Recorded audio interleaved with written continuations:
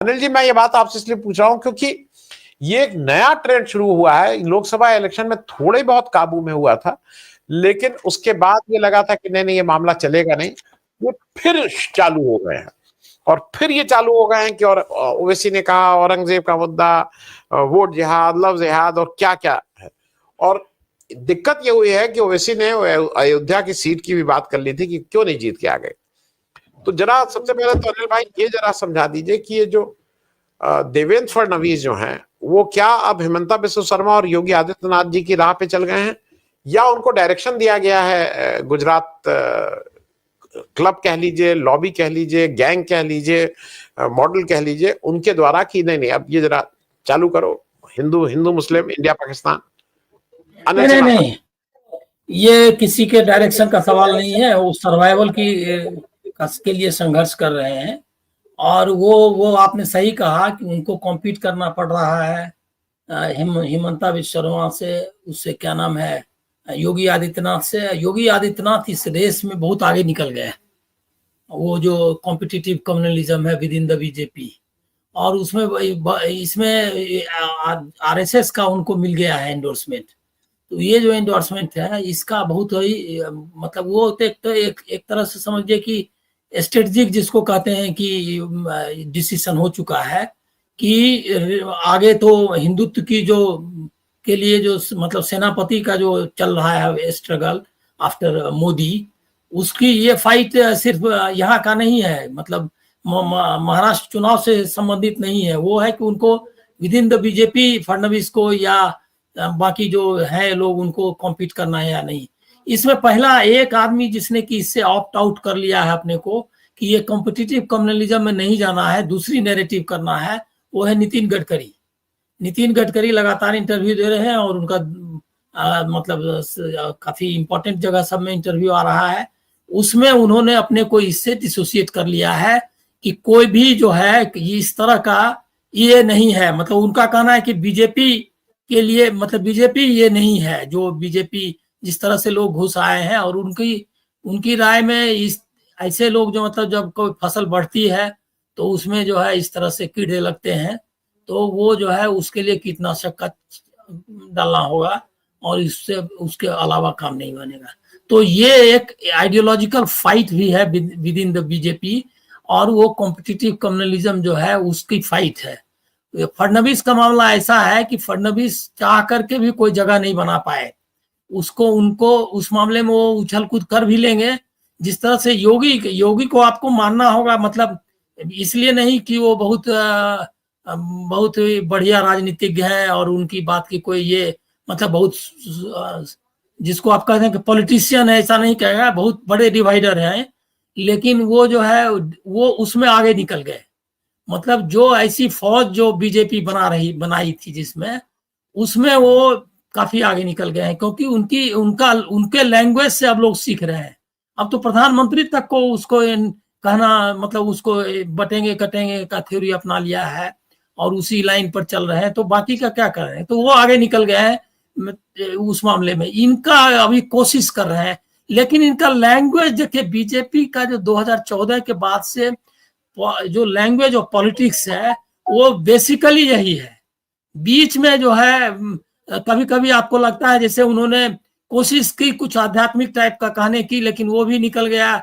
Non biological biological वाला जो issue, उसमें कुछ कहना चाहते थे ये कि मैं तो सीधे वहीं से संदेश ले रहा हूं, मेरा तो इस धरती से कुछ मतलब लेना देना नहीं है, कुछ ये सब टाइप का कुछ क्या उसको कहा जाए, आध्यात्मिक टाइप का बनना चाहते थे। लेकिन मोदी जी के ये में है नहीं उनके स्वभाव में, इसीलिए वो व्यक्त नहीं कर पाए।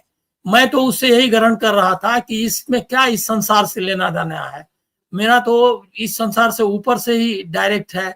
मैं क्यों ये लोगों में भेद करूंगा, और अगर ऐसा करूंगा तो राजनीति ही नहीं रहेगी। इस टाइप का मतलब ये जो उनका था वो उस टाइप से हो गया। लेकिन फडणवीस जो है उनका उदय ही इसी की तरह का हुआ है। सबसे जो दिक्कत तलब है कि ये जो लैंग्वेज ऑफ पॉलिटिक्स है इसमें झूठ बोलना सबसे अहम। वो जिसको चैलेंज कर रहे हैं ओवैसी के बारे में सब कुछ मतलब उन्होंने बहुत मदद की है ये अपने कम्युनलिज्म मतलब हार्ड मुस्लिम आइडेंटिटी को आगे बढ़ा करके और उसका मुस्लिम का लीडर बन करके कभी रहा नहीं। उनका वोटिंग परसेंटेज आंध्र प्रदेश में भी तेलंगाना में भी उतना नहीं रहा कभी था जितना कि वो दावा करते रहे। एक सीट वो उनकी पार्टी जीतती रही है, उससे ज्यादा कुछ नहीं रहा है लोकसभा में। लेकिन उसको चैनल्स ने और बीजेपी ने उनको जिस तरह से जिन्ना को बनाया था उसी तरह से उनको उस तस्वीर को उसको उनको लाता है। लेकिन वो जब अपनी बात करते हैं तो मैं कभी नहीं देखता हूं कि एक दो स्टेटमेंट उनका भले ही मिस करता हो, उनके भाई का स्टेटमेंट तो खराब रहता भी है, लेकिन वो काफी लॉजिकल बात करते हैं और संविधान वगैरह की दुहाई दे करके। और बहुत हमको उनके लैंग्वेज में कुछ ऐसा कभी दिखा नहीं, लेकिन उसको इसलिए टारगेट कर रहा है ताकि लोगों को बताए कि ये वैसी है आपके सामने हिंदुओं को, और ये पोलराइज करने के लिए ये लैंग्वेज खाली यहाँ पर नहीं कहा है उन्होंने। वहां बंबई के कल की सभा में ये कहा है कि जो लोग वोट जिहाद कर रहे हैं आप लोग धर्म युद्ध करिए, तो बकायदा आह्वान कर रहे हैं दंगा करने के लिए। और ये जो है आपका चुनाव आयोग जो है उसको तो कोई मतलब ही नहीं। वो तो बीजेपी जब को गुस्सा आता है तो उनको भी गुस्सा आने लगता है। जैसे क्या हुआ कि अरविंद सावंत जो है उन्होंने कह दिया था, आपने वो तो चला ही होगा आपके यहाँ भी, कि इंपोर्टेड माल नहीं चलेगा, मतलब दक्षिण मुंबई से बाहर का कोई शख्स चुनाव नहीं लड़ सकता है, मतलब जीत सकता है। ये बात कही, इंपोर्टेड माल बोल दिया। वो महिला है, उन्होंने तुरंत ले लिया, पूरा चैनल उनके साथ हो गया और पूरा डिबेट चालू हो गया। और उस पर इतना मतलब ये हो गए, मतलब दुखी हो गए हमारे मुख्य चुनाव आयुक्त, उन्होंने जो मीटिंग ली यहाँ तैयारी करने वाली, उसमें उन्होंने कहा कि महिलाओं की डिग्निटी के खिलाफ जो अगर कोई करेगा सख्त कार्रवाई करनी पड़ेगी, एकदम नहीं बर्दाश्त किया जा सकता है। और उनको ये सब धर्म युद्ध चल रहा है, जिहाद या जो ये बटेंगे कटेंगे, और बकायदा एक पॉलिटिकल पार्टी का, आपने तो योगी आदित्यनाथ का बयान सुना ही होगा, ने कह रहा है कि माफिया चलाने वाली पार्टी है समाज में। अखिलेश जो है सो को जो जिस तरह से कह रहे हैं वो कि ये तो माफियाओं को संरक्षण देने वाली, और कोई पॉलिटिकल पार्टी को बिना किसी आधार पर आप कैसे, मतलब आप वो कह रहे हैं क्या कि आप वो गैंग चलाने वाली पार्टी है, आपराधी गिरोह चलाने वाली, अपराध को संरक्षण देना अगर कुछ बोल रहा हो तो एक बात है, डायरेक्ट एलिगेशन लगा रहा है एक पॉलिटिकल पार्टी के खिलाफ, बेसलेस एलिगेशन लगा रहा है, लेकिन उसके लिए कोई फर्क नहीं। तो ये पूरा लैंग्वेज और पॉलिटिक्स का सवाल है। और कॉम्पिटिटिव कम्युनलिज्म जो चल रहा है उसमें एक जरूर गडकरी का हमको लग रहा है क्या कि उनकी तारीफ करें या नहीं मालूम नहीं, ये तो बीजेपी दो लाइन थ्योरी रखती है ऑलवेज कम्युनिस्टों की तरह, लेकिन उनका इंटरनल रहता है दो लाइन थ्योरी, कि जब दो विचार चलते हैं अंत में जो पार्टी डिसाइड करती है वही लेकर बाहर आते हैं। यहाँ पर आरएसएस दो लाइन एक साथ सार्वजनिक रूप से रखती है तो वही टू लाइन थ्योरी, कि दो थ्योरी चलेगी और वो थ्योरी दोनों चलाते रहेंगे, क्योंकि गडकरी में बहुत प्रिय है, तो ये दोनों चल रहा है। लेकिन ये जो हम लोगों को महाराष्ट्र और झारखंड चुनाव से बाहर देखना चाहिए, कि ये जो लैंग्वेज और पॉलिटिक्स है, जो कि मंगलसूत्र से लेकर के रोटी छीन लेंगे बेटी छीन लेंगे तक आता है, इस लैंग्वेज को कितना दूर तक बर्दाश्त करना चाहिए लोगों को, इसके बारे में एजुकेट करना चाहिए। नमस्ते। अवध कॉन्क्लेव जिसका बहुत दिनों से इंतजार था आ गया। 16-17 नवंबर मोती महल लॉन, राणा प्रताप मार्ग, स्टेडियम के पीछे, लामटनर गर्ल्स के सामने। बहुत से एड्रेस हैं। मोती महल अगर आप लखनऊ के तो आप वहां पे शादी ब्याह में जरूर रहे होंगे। बड़ा आयोजन कर रहे हैं, बड़ा प्रयास है, और इस प्रयास में आपका आना बहुत ही जरूरी है। आपकी भागीदारी वहां हमें ना केवल उत्साह देगी, बल्कि जो लोग बाहर से आ रहे हैं उनको भी एक अच्छा लगेगा कि लखनऊ के लोगों में कुछ है। विषय अलग अलग हैं, सुधांशु भी उस विषय के बारे में बताएंगे। डे 1 का मैं बता दे रहा हूँ, डे 2 का सुधांशु बता देंगे, या लिटरेचर है। फिर एक बड़ा विषय यह है जिसपे हम सब लोगों को विचार करना चाहिए और आगे कैसे चले। हमारी जो हेल्थ की में सबसे बड़ा आज की तारीख में दवा है। इसके लिए दिनेश ठाकुर यूएस में रहते हैं, बड़ा काम किए हैं, नाम बड़ा है।